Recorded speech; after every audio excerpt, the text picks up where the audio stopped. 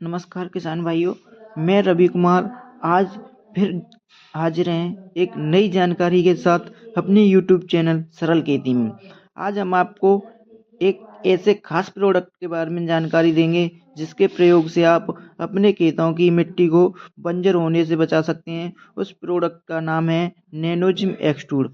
आज हम इसकी पूरी जानकारी देने वाले हैं। ये हमें अपने खेतों में क्यों प्रयोग करना चाहिए, कितनी मात्रा के साथ प्रयोग करना चाहिए और इसके प्रयोग के क्या क्या बेनिफिट हमें देखने को मिलते हैं। आइए जानते हैं नैनोजिम एक्सट्रूड के बारे में।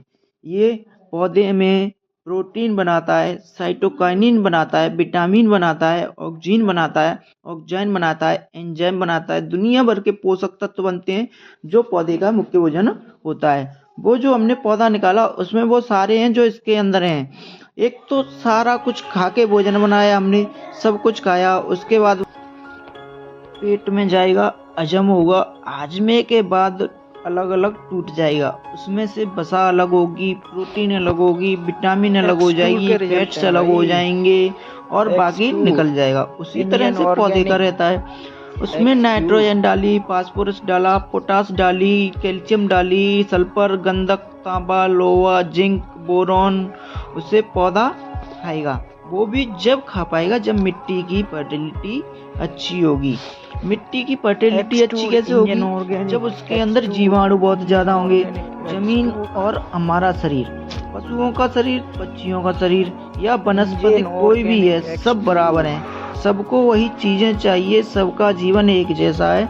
ये वनस्पति भी एक जीवन है, इन्हें भी जिंदा ही मानो, बस ये बोलते नहीं है। अब जमीन को वो जीव चाहिए, वो कहाँ से आते हैं? वो आते हैं देसी खाद से, हरी खाद से, केचुआ खाद से, हड्डियों वाली खाद से या जैविक प्रोडक्ट जो हम डालते हैं उनसे। देसी खाद है नहीं, केचुआ खाद महंगी है, हरी खाद के लिए खेत खाली नहीं है, तो फिर दिक्कत आएगी। फिर हम जैसे लोग आएंगे, बताएंगे सबको। अब इसका ये सब चीज बताने का मतलब है, समझ जाओ क्या चीज है इसके अंदर। हमने समुद्र से एस्कोफाइलम निकाला, उसे गला सड़ा करके फॉर्मेंटेशन करके ये प्रोडक्ट बनाया नैनोजिम एक्सट्रूड। जहाँ पर 2 ट्रॉली 4 ट्रॉली डालकर गोबर हमें काम चलाना है, वहाँ पर हमारा काम 6 किलो या 12 किलो में चल रहा है, क्योंकि इसके अंदर वो सारे न्यूट्रिएंट डाल दिए हैं। उसके बाद इसमें सिलिकॉन डाल दिया है।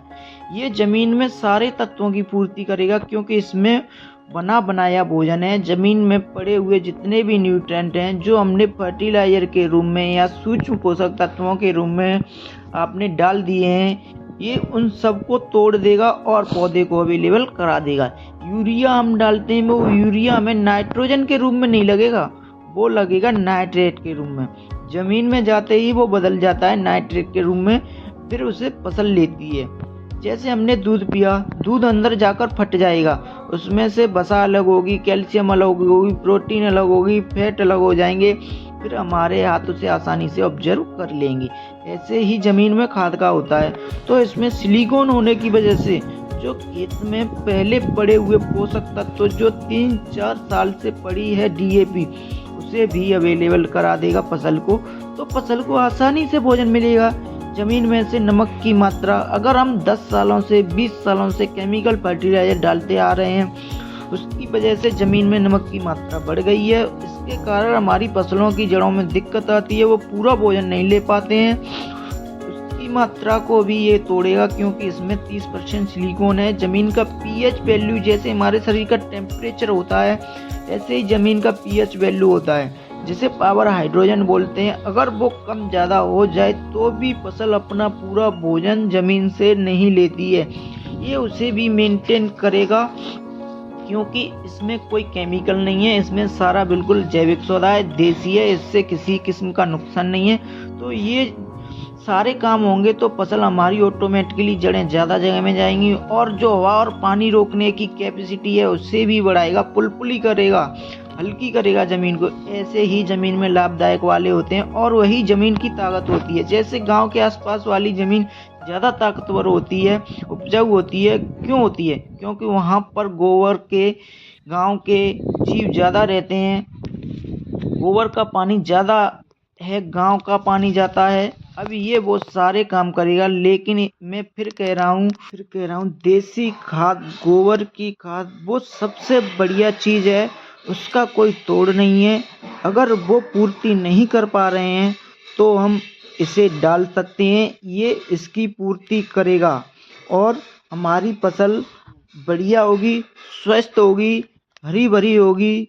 लेकिन अगर आप गोबर की खाद नहीं डाल पा रहे हैं तो आप इसे डाल सकते हैं, ये गोबर की खाद की पूर्ति करेगा।